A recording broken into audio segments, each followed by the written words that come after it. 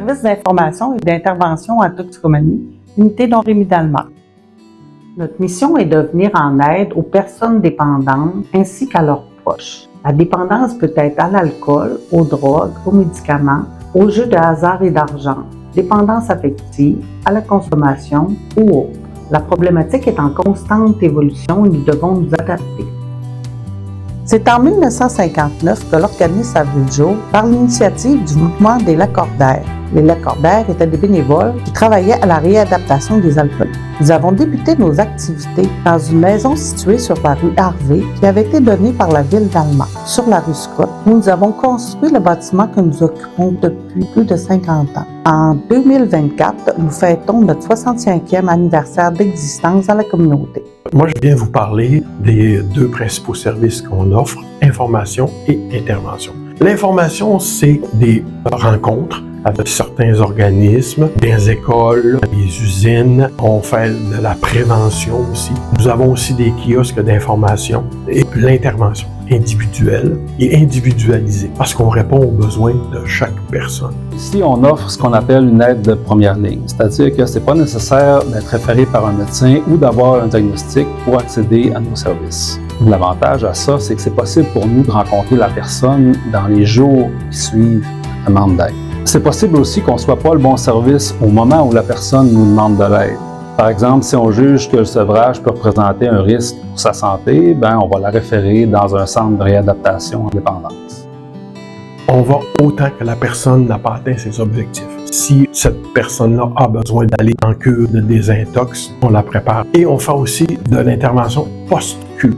Et aussi le volet communautaire, on a aussi des rencontres avec d'autres organismes communautaires, on fait des présentations et tout. Ce qu'on accueille ici, c'est quelqu'un qui souffre, quelqu'un qui veut s'en sortir et qu'on va l'aider pour pouvoir s'épanouir, se connaître et résoudre son problème.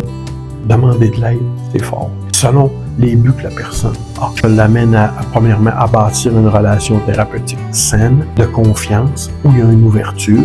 Et cette ouverture-là nous permet de partager. On embarque dans la même chaloupe et on va se rendre au rivage. C'est comme ça que je travaille. La relation d'aide auprès des gens qui ont une dépendance engage à une ouverture au vécu, aux choix, aux valeurs qui peuvent être très différents des nôtres. C'est important de les laisser de côté durant nos rencontres pour être en mesure d'avoir une écoute empathique, sans jugement, dans le but de comprendre la souffrance de l'autre. Parce que la dépendance, c'est aussi ça. C'est un signal, c'est un message qui est crypté, que quelque chose ne va pas dans la vie de quelqu'un, puis qui demande à être décodé. Pour moi, c'est le genre d'accompagnement que je propose aux personnes qui sollicitent nos services. On aide aussi les proches qui peuvent être impactés. L'intervention auprès des membres de l'entourage de ceux qui ont un comportement ou une consommation problématique demande un peu d'ajustement. Parce qu'ils sont rendus à un point où ils veulent plus, où ils en peuvent plus, de faire les frais des conséquences négatives de la dépendance d'un proche. Ces personnes-là demandent de l'aide aussi parce qu'ils se disent à bout de ressources, de trouver des moyens de sauver la personne de sa dépendance. C'est de leur expliquer qu'ils peuvent tenir le rôle d'acteur de soutien, mais que le rôle d'acteur principal revient toujours à la personne qui est aux prises avec une dépendance.